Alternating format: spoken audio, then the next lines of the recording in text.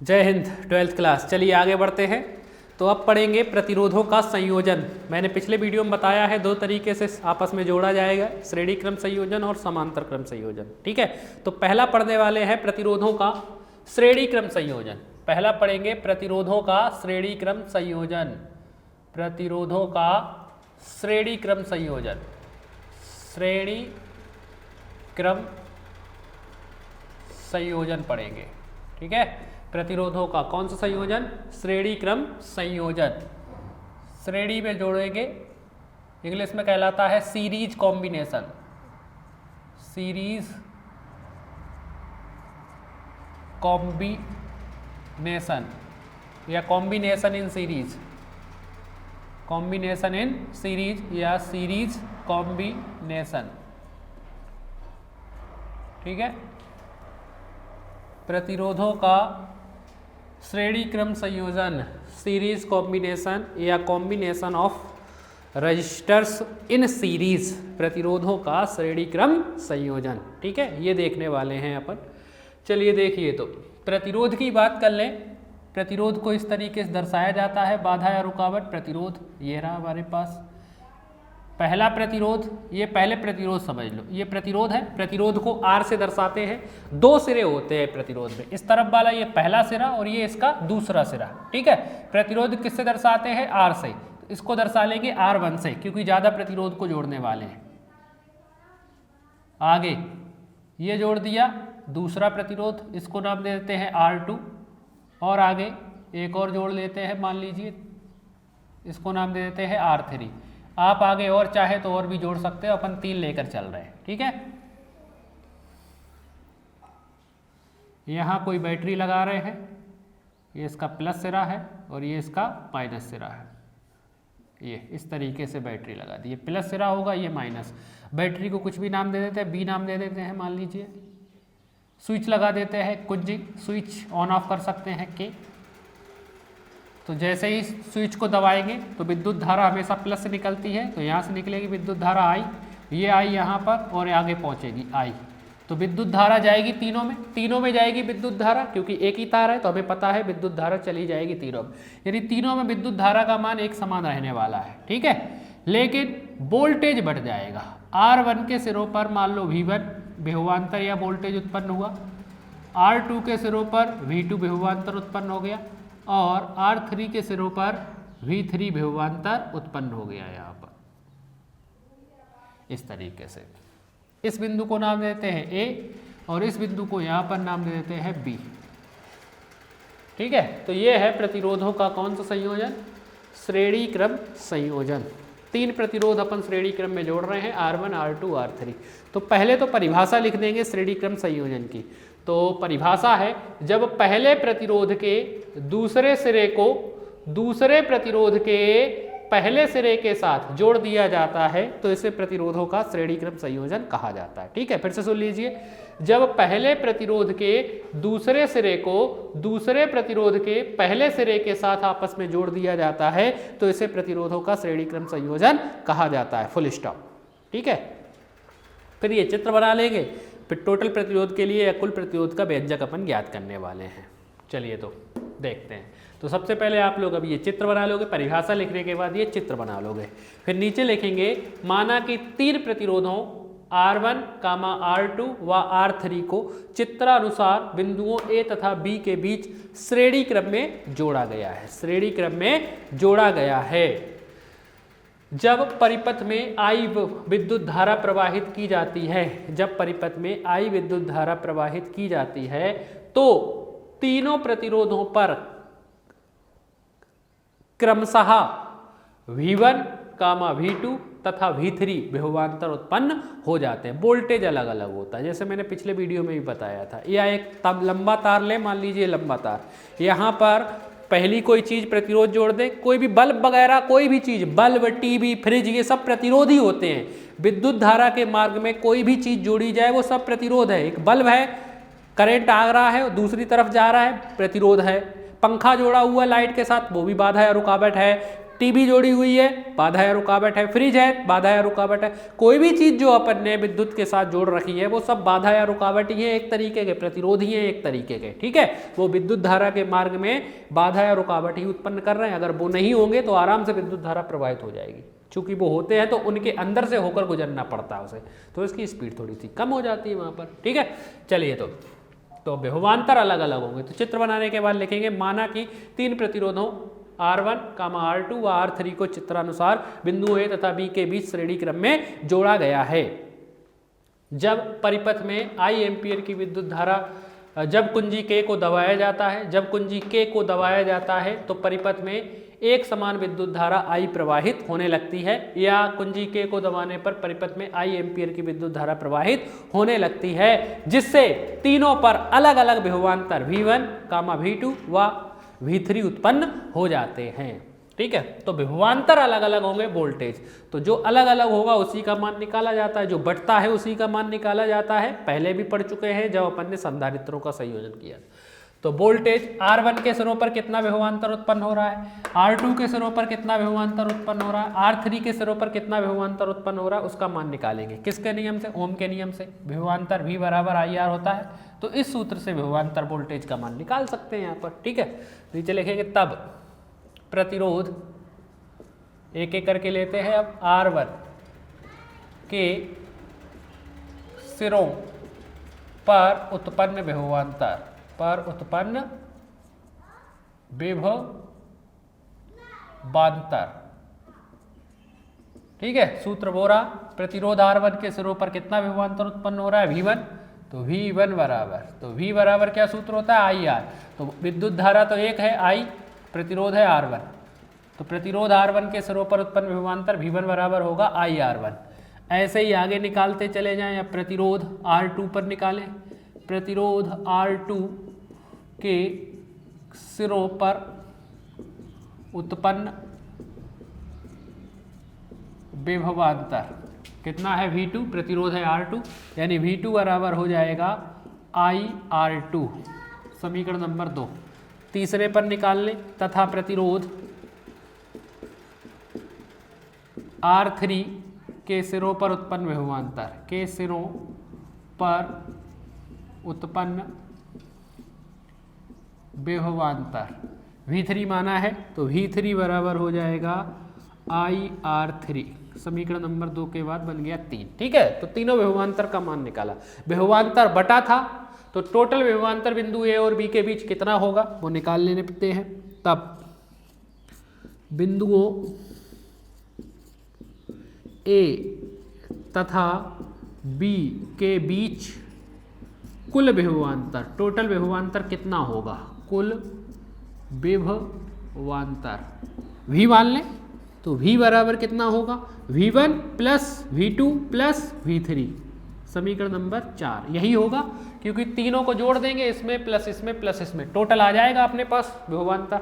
चलिए तो V1 V2 V3 के मान ये निकाल चुके हैं, उठाकर रख देते हैं समीकरण नंबर 4 में, यानी समीकरण 1, 2 व 3 के मान समीकरण 4 में रखने पर, चलिए तो यहाँ रख लें।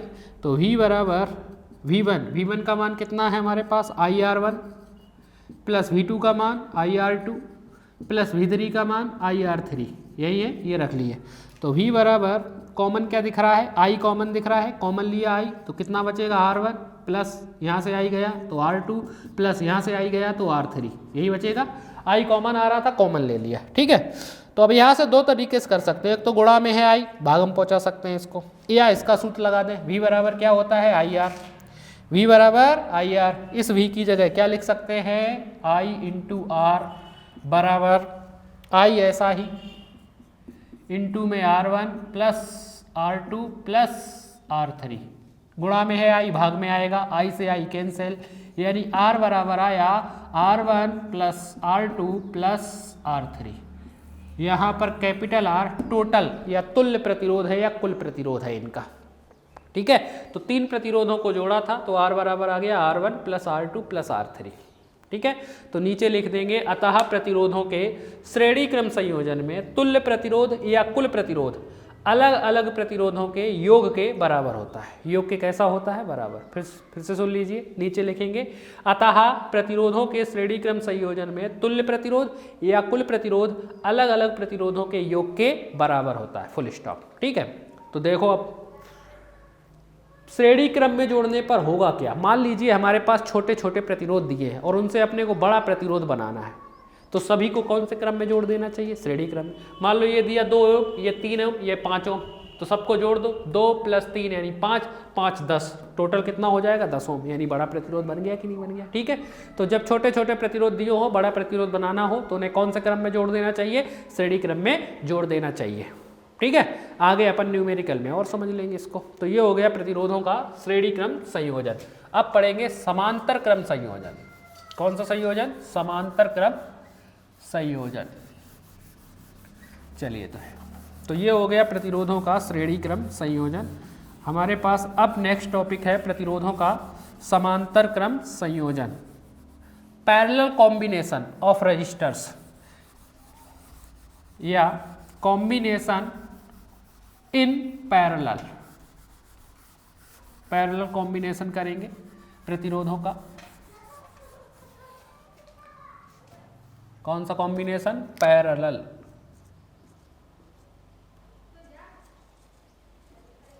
Parallel combination. ठीक है, यानी कि कौन सा संयोजन? समांतर क्रम संयोजन। समांतर क्रम संयोजन, इसका दूसरा नाम भी, इसे पार्श्व संयोजन भी कहा जाता है। पार्श्व संयोजन। तो समांतर क्रम संयोजन बोले चाहे पार्श्व संयोजन बोले, बात एक ही होगी। ठीक है, समांतर क्रम संयोजन बोले या पार्श्व संयोजन बोले, बात एक ही होगी। चलिए, तो समांतर क्रम में जोड़ने वाले, कौन से क्रम में? समांतर क्रम में जोड़ देते हैं या चित्र बना लेते हैं। देखिए, तो पहला प्रतिरोध R1 नाम दिया, दूसरा प्रतिरोध R2 नाम दिया, तीसरा प्रतिरोध R3 नाम दिया। ठीक है, ये पहले सिरे हैं सभी प्रतिरोधों के और ये दूसरे सिरे हैं सभी प्रतिरोधों। क्या करें? अगर सभी पहले सिरों को किसी एक बिंदु पर एक साथ जोड़ दें, सभी प्रतिरोधों के पहले सिरों को किसी एक बिंदु पर, इस बिंदु पर मान लो नाम देते A, इस पर एक साथ जोड़ दें, और दूसरे सिरों को, सभी दूसरे सिरों को किसी दूसरे बिंदु पर एक साथ जोड़ दें, किसी दूसरे बिंदु पर एक साथ जोड़ दें, तो इसे ही कहा जाता है प्रतिरोधों का, इसे नाम दिया B। कौन सा संयोजन? समांतर क्रम संयोजन। ठीक है, चलिए बैटरी लगा देते हैं यहाँ पर, ये प्लस, ये माइनस, ये प्लस, ये माइनस। प्लस वाला भाग बड़ा होता है सिरा और माइनस वाला छोटा बनाते हैं। ठीक है, नाम दे देते हैं बी। स्विच लगा देते हैं, कुंजी ऑन ऑफ कर सकते हैं के। चलिए, तो जैसे ही स्विच ऑन करेंगे तो यहाँ से विद्युत धारा आएगी, यहाँ पहुँचेगी, मान लेते हैं आई, यहाँ पर भी पहुँचेगी आई। लेकिन जैसे ही विद्युत धारा यहाँ पहुँची तो इसे 3 रास्ते मिले।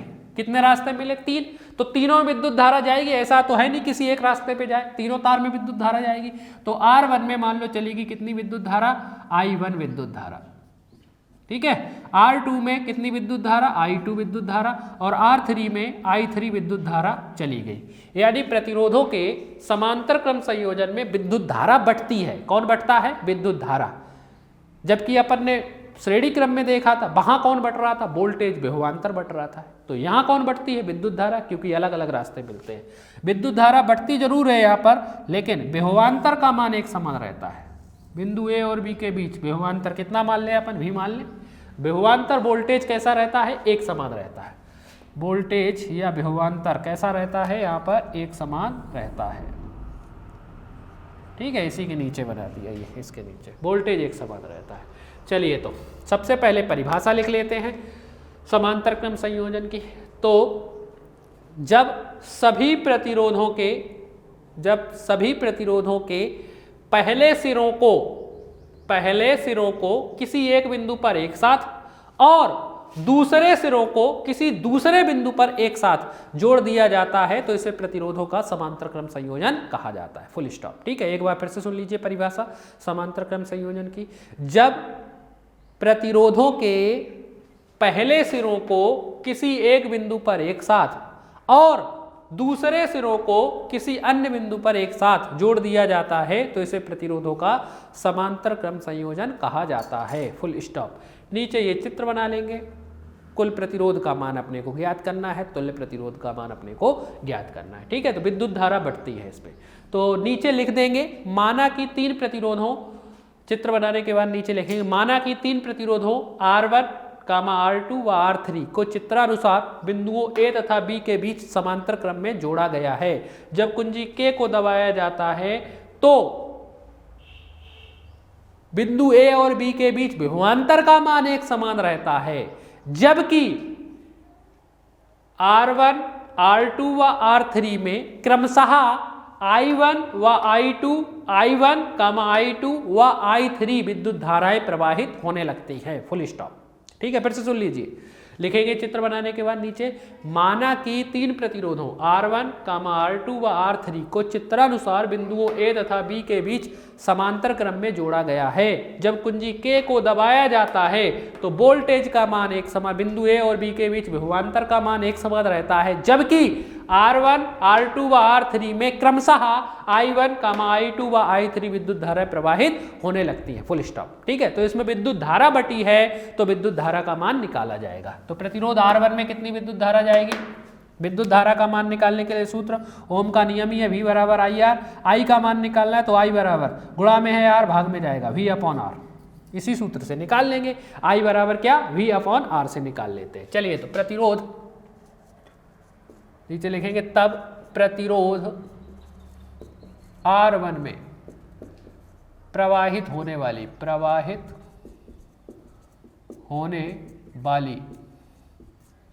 विद्युत धारा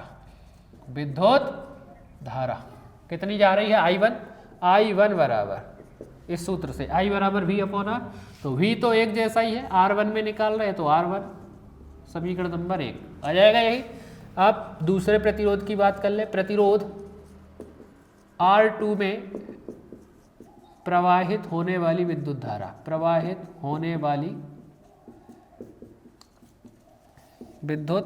धारा कितनी है? I2 वाली है तो I2 बराबर इस सूत्र से क्या हो जाएगा? V अपॉन में R2 समीकरण नंबर 1 के बाद 2। तथा तीसरे में निकाल लेते हैं प्रतिरोध R3 में प्रवाहित होने वाली विद्युत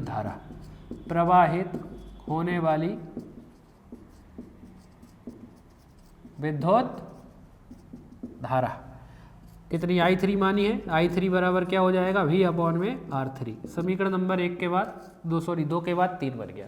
तो विद्युत धारा का मान निकाल लिया अपन ने, विद्युत धारा बढ़ रही थी। तो अब बिंदुओं A और B के बीच टोटल विद्युत धारा कितनी होगी वो निकाल लेते हैं। I मानी है अपन। तब बिंदुओं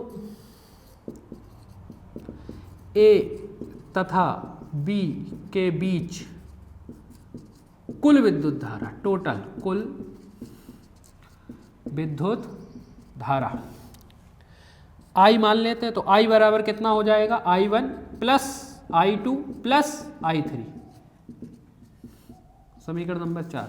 इन तीनों को जोड़ देंगे, टोटल विद्युत धारा का मान पता चल जाएगा। ठीक है, चलिए तो I1, I2, I3 के मान निकाल चुके हैं, इनके मान रख देते हैं। समीकरण 1, 2 व 3 के मान समीकरण 4 में रख देते हैं। समीकरण 4 में रखने पर, ठीक है, समीकरण 4 में रख देंगे।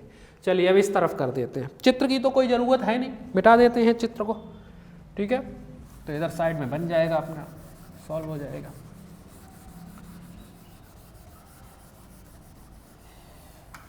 चलिए देखिए, तो रखे मान, तो I ऐसा का ऐसा ही।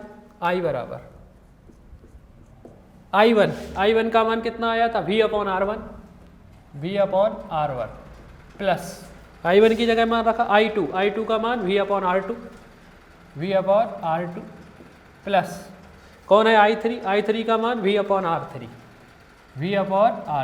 ये रख दिया। ठीक है, तो I ऐसा ही बराबर V कॉमन दिखाई दे रहा, ऊपर से कॉमन लिया, V गया, ऊपर से V गया तो 1 बचा बटे में R1 ऐसा ही, प्लस V गया तो 1 बटे में R2 ऐसा ही, प्लस V गया तो 1 बचा बटे में R3 ऐसा ही। अब यहाँ से दो तरीके से कर सकते हैं, v गुणा में है भाग में पहुँचा सकते हैं v अपॉन आई, या सूत्र लगा सकते हैं i बराबर v अपॉन आर का। दो तरीके से यहाँ पर कर सकते हैं, जैसा चाहो वो कर दो। गुणा में है भाग में पहुँचा दे i अपॉन v, चलो सूत्र ही लगा दें जो लगाते आ रहे हैं। i बराबर क्या होता है v अपॉन आर, i बराबर क्या होता है v अपॉन आर, ठीक है, बराबर v into 1 upon R 1 plus 1 upon R 2 plus 1 upon R 3, ऐसा का ऐसा। देखिए तो गुणा में है भी भाग में जाएगा, v से भी कट जाएगा, या v से भी कितनी बार कट जाएगा, एक बार, तो ऊपर आया 1 बटे आर ऐसा ही, बराबर इस तरफ क्या बचा 1 upon R 1 plus 1 upon R 2 plus 1 upon में आर 3, ठीक है। और यहाँ पर कैपिटल आर तुल्य प्रतिरोध है, कुल प्रतिरोध है यहाँ पर, और ये कुल प्रतिरोध का व्युत्क्रम आया है, ये भी व्युत्क्रम है सभी। तो नीचे लिखेंगे अतः प्रतिरोधों के समांतर क्रम संयोजन में, प्रतिरोधों के समांतर क्रम संयोजन में तुल्य प्रतिरोध का व्युत्क्रम, तुल्य प्रतिरोध का व्युत्क्रम अलग अलग प्रतिरोधों के व्युत्क्रमों के योग के बराबर होता है। Full stop. नीचे लिख देंगे अतः प्रतिरोधों के समांतर क्रम संयोजन में तुल्य प्रतिरोध का व्युत्क्रम अलग अलग प्रतिरोधों के व्युत्क्रमों के योग के बराबर होता है। Full stop. तो ये हो गया प्रतिरोधों का समांतर क्रम संयोजन। अब ये कब लगाना चाहिए, कब प्रतिरोधों को समांतर क्रम में जोड़ना चाहिए, तो जब बड़े बड़े प्रतिरोध दिए हो और छोटा प्रतिरोध बनाना हो। मान लो अब दिया 10 ओम, 20 ओम, 50 ओम और बनाना है मान लो 4 ओम का, 5 ओम का बनाना है, तो सभी प्रतिरोधों को कौन से क्रम में जोड़ दो, समांतर क्रम में जोड़ दो। ठीक है, आगे न्यूमेरिकल करेंगे तो और समझ में आ जाएगा आपको, प्रैक्टिकल के तौर पे हो जाएंगे। ठीक है, तो इन दोनों को याद कीजिए अच्छी तरीके से, मोस्ट आईएमपी टॉपिक है, ये भी पूछे जाते हैं एग्जाम में। जय हिंद।